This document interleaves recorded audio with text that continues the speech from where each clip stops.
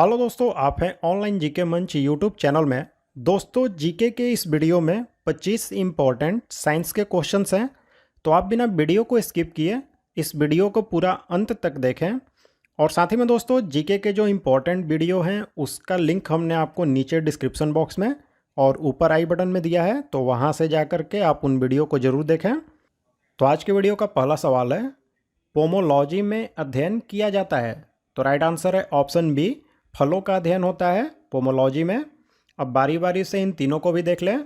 तो फूलों का जो अध्ययन है वह एंथ्रोलॉजी में किया जाता है, ठीक है। घास का जो अध्ययन है वह एग्रोएस्ट्रोलॉजी में करते हैं, और ब्रह्मांड का जो अध्ययन है वह कॉस्मोलॉजी के अंतर्गत करते हैं, ठीक है।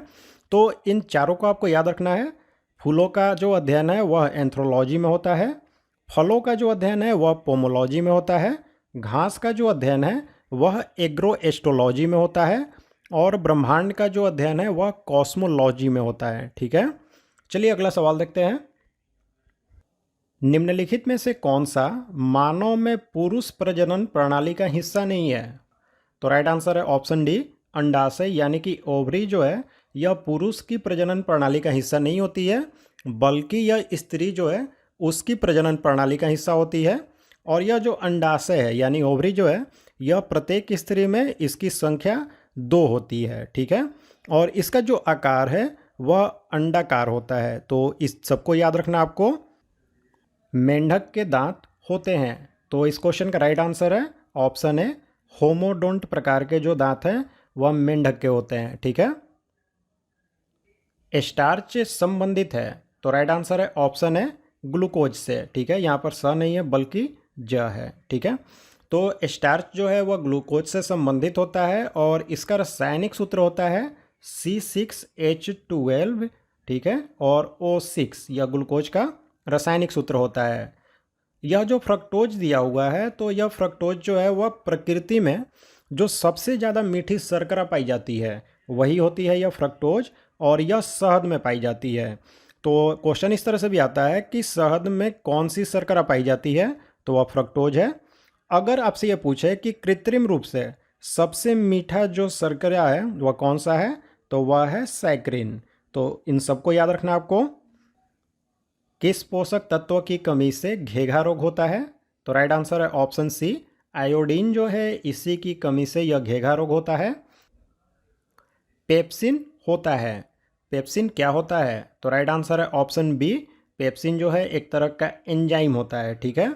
और यह जो पेप्सिन है यह हमारे पेट में जो पेप्टिक कोशिकाएं होती हैं उसी से निकलती हैं, और यह पेप्सिन प्रोटीन के पाचन में सहायता करती है, ठीक है।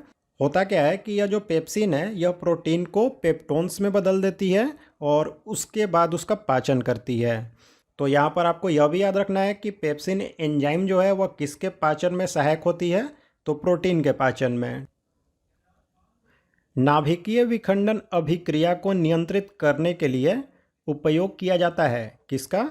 तो राइट आंसर है ऑप्शन बी, विमंदक छड़ें जो होती हैं इन्हीं का उपयोग होता है नाभिकीय विखंडन की अभिक्रिया को नियंत्रित करने में, ठीक है।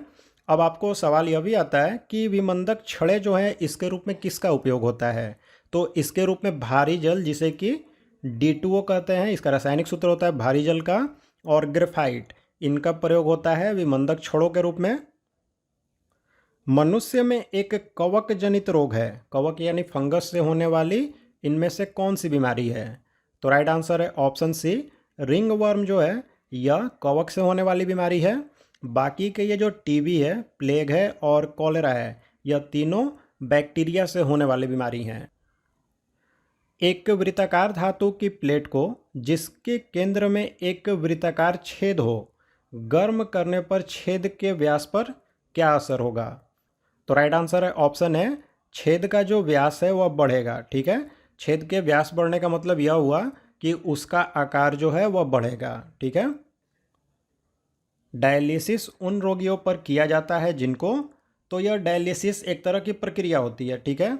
इसमें कृत्रिम रूप से खून को शुद्ध किया जाता है, और यह वैसे रोगियों पर किया जाता है जिनको किडनी से यानी कि वृक्क से संबंधित कोई बीमारी हो, जिसमें कि उनकी किडनी काम नहीं कर रही है, तो वैसे रोगियों के लिए यह डायलिसिस किया जाता है। तो यहाँ पर इसका राइट आंसर हो जाएगा ऑप्शन सी, वृक्क विकार हो। ठीक है। निम्नलिखित गैस के जलीय विलयन का तेज अम्लीय गुण होता है। इन चारों में से कौन सी गैस है जिसके जलीय विलयन जो है उसका अम्लीय गुण काफ़ी ही ज़्यादा होता है? तो राइट आंसर है ऑप्शन है सल्फर डाइऑक्साइड। यह जो सल्फर डाइऑक्साइड है यानी कि SO2 है, इसी के जलीय विलयन का जो गुण होता है वह अम्लीय होता है। ठीक है। यह जो सल्फर डाइऑक्साइड गैस है यह एक तरह की रंगहीन मगर गंध युक्त होती है और साथ ही में यह हवा से भारी होती है और यह एक तरह की विषैली गैस है। ठीक है। अब इसके उपयोग को भी जान लें। तो सल्फर डाइऑक्साइड जो गैस है इसका उपयोग होता है विरंजक के रूप में। बॉक्साइट से एल्यूमिनियम धातु का औद्योगिक उत्पादन किस प्रक्रिया से होता है?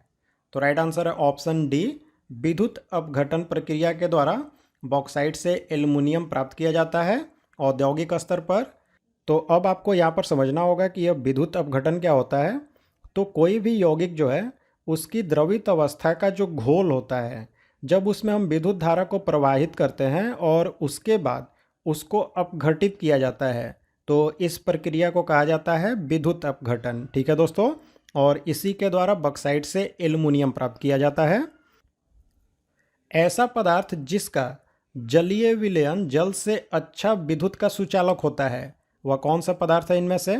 तो राइट आंसर है ऑप्शन बी, साधारण लवण यानी कि NaCl। साधारण नमक जो होता है उसी का जो जलीय विलयन होता है वह जल से अच्छा विद्युत का सुचालक होता है। एथिलीन की व्यापारिक उपयोगिता इसकी किस क्षमता के कारण है? तो राइट आंसर है ऑप्शन बी, बहुलीकरण। ठीक है। अब बहुलीकरण को समझ लें। तो बहुलीकरण वह अभिक्रिया होती है जिसमें कि दो या दो से ज़्यादा अणु मिलकर के एक बड़े से अणु का निर्माण करते हैं। ठीक है। और एथिलीन जो है इसके बहुलीकरण से पॉलीथीन का निर्माण होता है। ठीक है। यह क्वेश्चन काफ़ी इंपॉर्टेंट है कि पॉलीथीन का निर्माण किससे होता है। तो पॉलीथीन का निर्माण जो है वह होता है एथिलीन के बहुलीकरण से। इसे आपको याद रखना है। गुरुत्वीय त्वरण जी का मान होता है। तो ये जो जी है स्मॉल जी, इसको गुरुत्वीय त्वरण बोलते हैं और इसका मान होता है ऑप्शन है 9.8 मीटर प्रति सेकेंड स्क्वायर। प्रोटीन संश्लेषण में क्षार इवेंट से किसका निर्माण होता है? तो प्रोटीन संश्लेषण जो है यह क्रिया होती है राइबोसोम में। ठीक है। इसीलिए जो राइबोसोम है उसको प्रोटीन की फैक्ट्री भी कहा जाता है और इसमें जो क्षार इवेंट होता है उससे निर्माण होता है mRNA का। नेक्स्ट क्वेश्चन है, चलती गाड़ी में बैठे व्यक्ति की ऊर्जा होगी। तो यहाँ पर इस क्वेश्चन को आप समझें। तो देखिए, गाड़ी जब चल रही है और उसमें कोई व्यक्ति बैठा है तो गाड़ी के चलने की वजह से उसमें गतिज ऊर्जा भी होगी और वह व्यक्ति उस गाड़ी में बैठा है तो इसके कारण उसमें स्थितिज ऊर्जा भी होगी।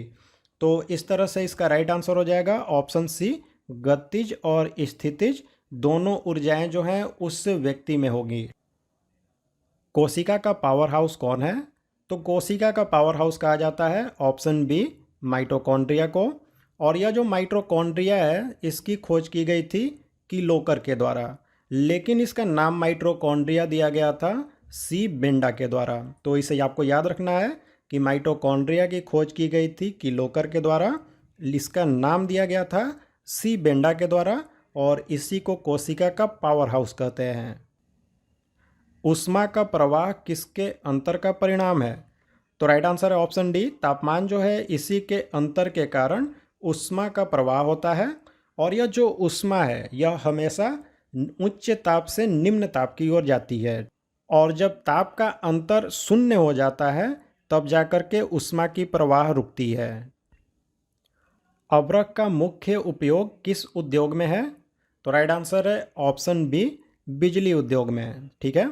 यह जो अभ्रक यानी कि माइका होती है यह विद्युत की कुचालक होती है, लेकिन यह ऊष्मा की सुचालक होती है। इसी के कारण इसका इस्तेमाल जो है वह बिजली उद्योग में होता है। तापमान को 0 डिग्री सेल्सियस से कम करने के लिए बर्फ में मिलाया जाने वाला पदार्थ कौन है? तो राइट आंसर है ऑप्शन ए, सोडियम क्लोराइड।